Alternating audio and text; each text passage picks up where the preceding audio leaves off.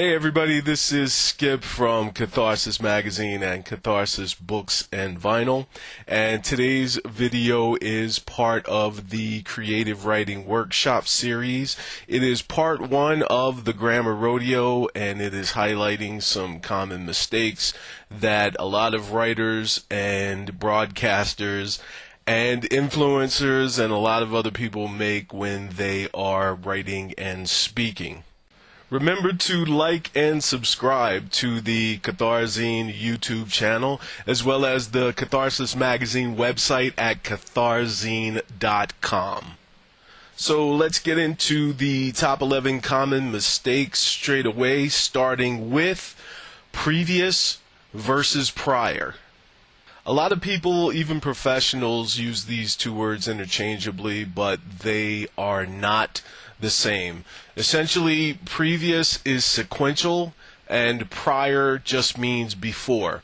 Another big mistake that a lot of people also make is they use the word previous with the preposition to, in which case you would use prior to rather than previous to. But basically, prior is any time before. Whereas previous is in the sequence just before the thing that you are describing. So in other words, you could say, I went to the post office, and previously I went to the supermarket.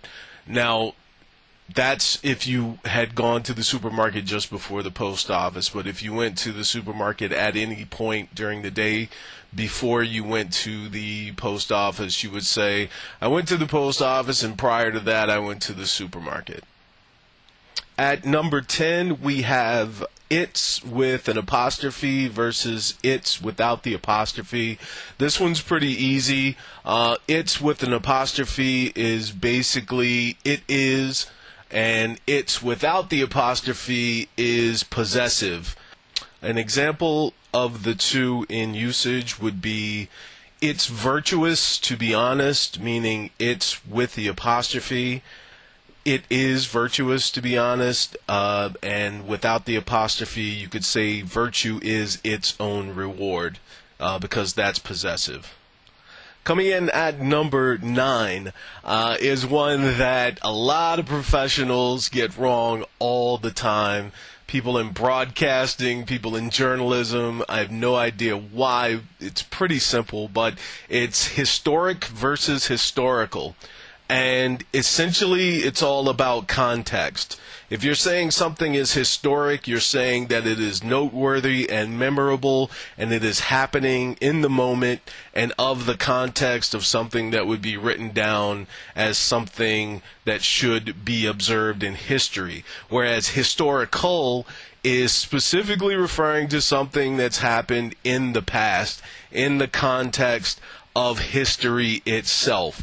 So if a team won the Super Bowl for a record number of times, it would be a historic moment, not historical. If you were referring to weapons of war in World War I, you could say the trench mace was a historical weapon used by the Germans. Coming in at number 8 is then, T-H-E-N, versus than, T-H-A-N. This one is also pretty simple to remember. Basically, then, T-H-E-N, is time-related, and than, T-H-A-N, is comparative. So an example would be, you are taller than most people, T-H-A-N. So then, T-H-E-N, why don't you put this on the top shelf? Coming in at number 7, this one's pretty tricky, and oftentimes when it is mistaken, people don't even realize it. It's compliment with an I versus compliment with an E. And basically the difference there is compliment with an I is flattery, and compliment with an E means completion. So if I was to compliment you with an I would say, your makeup looks really nice. That is a compliment. If I was to use compliment with an E, I would say that your outfit really complements your style. At number 6, we have another pretty common mistake. It's farther with an A versus further spelled with a U. And the basic difference between these two is that farther is essentially a physical distance, and further is basically more in depth in an abstract concept. So essentially, you would say the town you're looking for is 10 miles farther. But if you were asking someone to explain a concept, you would say, can you go a little bit further in depth in your explanation? At number 5, we have another really common mistake that people make. It's affect with an A versus effect with an E. A lot of times it is pronounced very similarly, so it is easy to make this mistake when writing and speaking. Basically, the difference is affect with an A is a verb that describes action, and effect with an E is a noun that describes the result. So essentially, if you were walking and about to step on something unpleasant, I could move you a little bit and I would affect your steps in walking, and the effect E-F-F-E-C-T of that is that you don't have anything stuck to your shoe. At number 4, a very common mistake, mostly because one of these things really doesn't exist anymore for all intents and purposes. So it's basically stationary with an E versus stationary with an A. And a lot of people pronounce this identically as well. But basically, stationery with an E is something like a letter size paper, envelopes, business cards, something that has your name on it that you are going to mail, or it may have the name of your business. People, especially young people, don't really mail things anymore, so that particular spelling of the word hasn't been recognized for a while. Versus stationary with an A, which means standing still. In a stationary position, that is stationary with an A, versus I'm going to write you on my personalized stationery with an E. At number 3, another very common mistake by a lot of people in both spoken word and the writing process, it's your versus your. Because a lot of times these are pronounced almost identically. Basically, your is possessive and your is a contraction of you are. An easy way to remember how to correct this is to phonetically pronounce it correctly.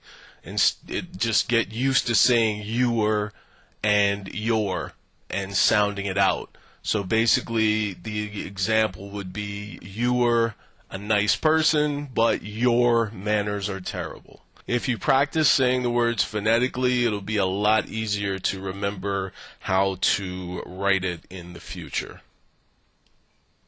At number 2, another very common mistake by pretty much everyone at some point or another, just because we've become very familiar with each other in our speech, and overall speech patterns have become very casual.